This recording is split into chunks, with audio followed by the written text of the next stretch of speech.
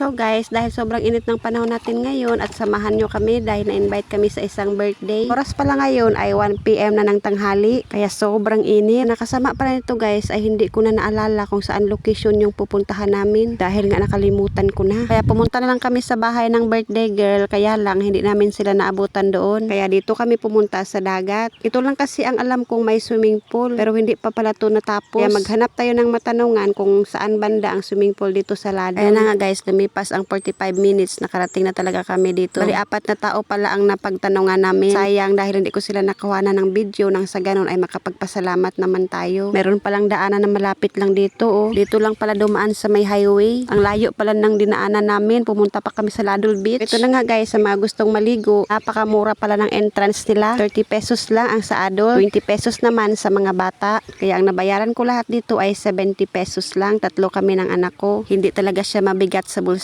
Pagdating naman dito sa loob, ito na yung swimming pool nila. Kung marami naman kayo at gusto nyong mag-cottage, meron din silang cottage dito. Hindi lang malinis, napakamura pa talaga ng cottage nila. Tiyak na mai-enjoy ka talaga. At yan pala yung mga kasama ko guys, sila pala yung nag-invite sa amin. Kaya gusto ko magpasalamat sa kanila nang dahil sa kanila ay nakarating kami dito at natagpuan natin ang lugar na ito. Mga gustong maligo dyan, ang pangalan pala ng resort na ito ay Abyss Resort. Dito lang yan sa banda sa may Ladol din. Hindi naman gaano kalaki yung swimming pool nila pero may enjoy ka talaga dahil iba yung swimming pool sa bata, iba rin yung swimming pool sa mga matatanda. Ay matanda na pala ako. Pag gusto mo rin naman mag-imot-imot, pwede rin dito dahil napakaganda ng tanawin nila. Tingnan nyo naman. Layo din sila sa kapitbahay. Pag andito ka pala, hindi mo maramdaman yung init ng panahon. Dahil napakalamig ng swimming pool nila. Pakalakas din ng hangin dito. Ang resort na ito ay nasa gitna ng palayan. Kaya ang sarap talaga ng hangin dito. Fresh na fresh. Sa mga gustong magpalamig dyan, punta na kayo dito sa Abyss Resort. Magaan lang siya sa bulsa at mai-enjoy talaga kayo. Pati mga anak nyo mag-enjoy din. Tingnan nyo naman ang paligid, napakalinis. Sa mga gustong magpakasal dyan or naghanap ng venue, pwede rin dito guys. Napakalaki ng space nila at napakaganda. PM lang kayo sa akin kung gusto nyo.